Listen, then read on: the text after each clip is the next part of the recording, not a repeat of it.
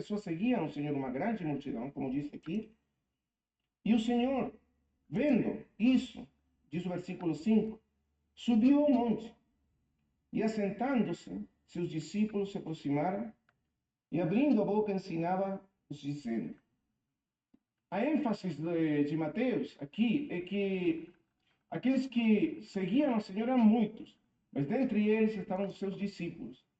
E são esses discípulos que vieram para o Senhor escutar ele, os ensinos dele. Então, o Sermão do Monte está dirigido principalmente aos discípulos do Senhor, aqueles que o seguiam. A palavra discípulo é uma palavra que tem uma tradução muito simples, significa um aprendiz, uma pessoa que está aprendendo de outra, uma pessoa que se coloca sob o ensino, o direcionamento de outra pessoa para aprender dessa outra pessoa tudo que precisa aprender. Simplesmente um aprendiz. Não tem... Ou seja, nós temos que ser um aprendiz de Cristo, um discípulo de Cristo, um servo de Cristo, um cooperador do reino de Cristo. E isso é maravilhoso. Vem conosco. Vamos participar do corpo de Cristo, da noiva de Cristo, da igreja de Cristo, servindo-o, amando-o, para então o melhor amor que é Jesus Cristo, que deu a vida por nós, amarmos o nosso cônjuge, os nossos filhos, netos, amigos e tudo mais que Deus está dando a oportunidade de nós, ao fazer as coisas do mundo, dar glória a Deus, não ao mundo, com os valores de Cristo e não com os valores do mundo. Antigo, qualquer pessoa que queria aprender, por exemplo, uma profissão, um ofício, devia buscar um mestre qualquer, e colocar-se sob o governo, a direção desse mestre para aprender tudo o que era preciso aprender. E o Senhor então chamou seus discípulos, seus aprendizes, aqui para falar então o seu ensino. Agora, para nós entendermos o Sermão do Monte, nós precisamos claramente primeiro olhar, como já foi nos dito várias vezes, para o contexto daquele sermão. Quer dizer, o sermão não é simplesmente um conjunto de, vamos dizer assim, regras e mandamentos que o Senhor colocou um ao lado do outro, de uma maneira assim, de qualquer maneira, sino que ele tem uma ordem, tem um sentido, um desenvolvimento espiritual. Nós precisamos seguir esse desenvolvimento para entender o que o Senhor está nos falando, o que ele queria nos ensinar. E também precisamos olhar para o contexto onde aquele sermão foi dado, foi entregue, segundo Mateus.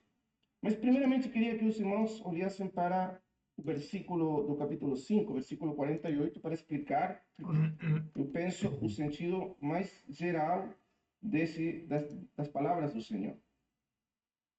Diz assim: pois sede vós perfeitos, como vosso Pai que está nos céus é perfeito. A palavra perfeito que aparece aqui é a palavra que em outras partes da Escritura, do Novo Testamento, é traduzida como maduro, ou maturidade. A palavra perfeito em grego é teleios, e então aparece várias vezes no Novo Testamento. Portanto, perfeito é só Cristo, e nós temos que amadurecer, até podermos ingressar nos céus e ter uma vida eterna com o corpo glorificado. É isso que eu entendo. Uma academia, exatamente um local virtual onde nós podemos desenvolver esse amadurecimento, treinar a vida espiritual como discípulos de Cristo. Esse é o nosso objetivo. E com o pano de fundo, ou seja, a coisa terrena, o fomento do empreendedorismo geotécnico, que é a questão verdadeiro e produtivista. Nesse sentido, ou também no sentido de uma pessoa madura ou a maturidade. Por exemplo, quando Paulo fala de que nós temos que chegar, no capítulo 4 de Efésios, a estatura de um varão perfeito, a palavra é a mesma que o Senhor está usando aqui. Um varão teleios, perfeito ou maduro. Qual que é a ideia? Os gregos usavam essa palavra com o sentido de que uma coisa qualquer, quando ela é desenvolvida e alcança todas as potencialidades que ela tem para desenvolver. Quer dizer, quando uma coisa é desenvolvida ao máximo das suas potencialidades para as quais foi criada ou feita, então aquilo se torna teleios, perfeito, nesse sentido. E é usado no sentido da maturidade humana. Ou seja, Deus nos criou com um certo propósito, que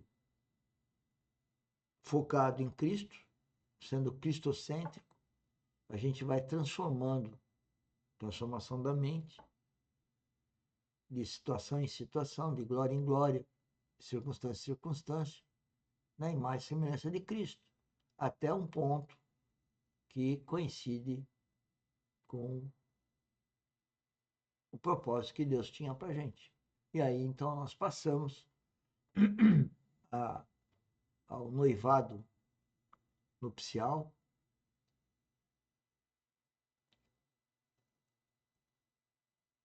na Nova Jerusalém.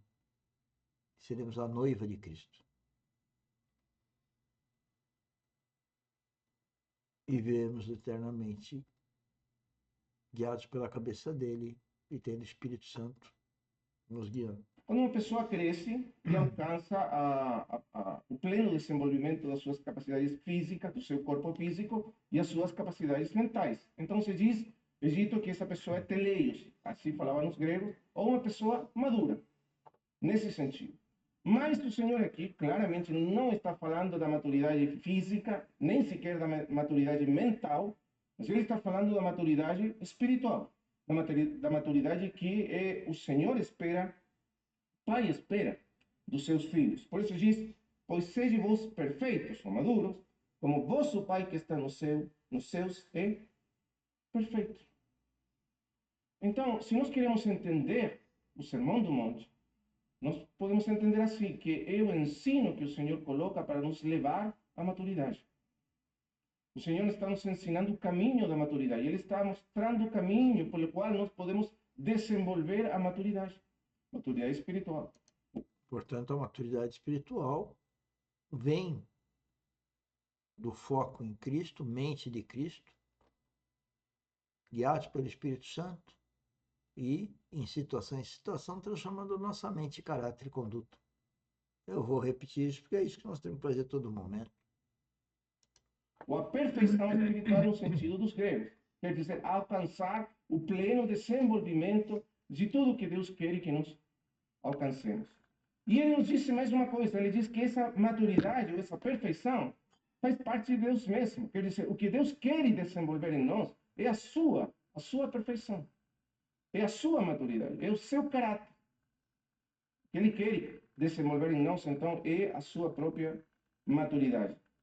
Se nós pudermos, então, dessa perspectiva no Novo Testamento, definir o que é maturidade, nós poderíamos dizer de uma maneira simples que maturidade é o desenvolvimento da imagem do Senhor Jesus Cristo em nós, do caráter do Senhor Jesus Cristo em nós. Isso é muito simples. Isso é a maturidade simples. Que Cristo seja formado em nós, que o seu caráter seja formado em nós. Ou que o caráter divino, a imagem de Deus, seja plenamente formada em nós. A Escritura diz que quando Deus criou o homem, o criou conforme a sua imagem. Capítulo 1 de Gênesis, versículos 26 e 27 diz, façamos o homem segundo a nossa semelhança, a nossa imagem segundo a nossa semelhança. Esse é o propósito de Deus, que o homem seja feito conforme a sua imagem. Mas quando nós olhamos para a história da humanidade, nós vemos que o primeiro homem, Adão, foi feito perfeito no sentido de que ele foi criado sem pecado, sem mácula, mas ele não era nesse momento, quando foi criado por Deus, o homem maduro, segundo Deus, um homem perfeito no sentido de aperfeiçoado até alcançar a plena expressão da imagem de Deus, do caráter de Deus. É por isso que um dos antigos teólogos da igreja, Ireneu de Lyon, dizia que o homem foi criado perfeito no sentido de que foi criado sem pecado, inocente, mas foi criado ou feito criança. Quer dizer, como uma criança, quando uma criança nasce, é uma criança, você pode ver que tem saúde, que todas as partes dela estão certinhas, que não tem problema de nenhum, então você diz que como criança já é perfeita, mas precisa desenvolver, ser desenvolvida até alcançar